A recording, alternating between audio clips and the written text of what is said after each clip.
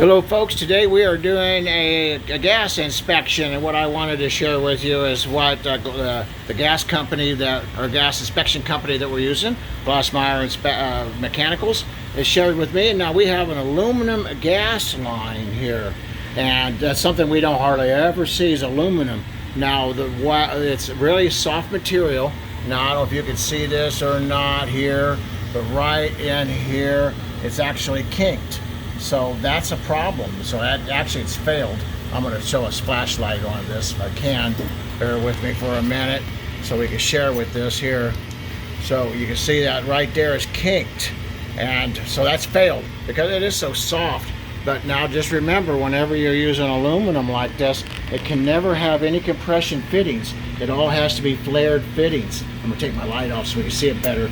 It has to be flared fittings. Now we don't see aluminum very often. It's something that's somewhat of an anomaly, but I just wanted to share with you because it's kind of a neat thing that we see, and that I wanted to make sure if you're doing your own inspection, you see that this is a bad thing.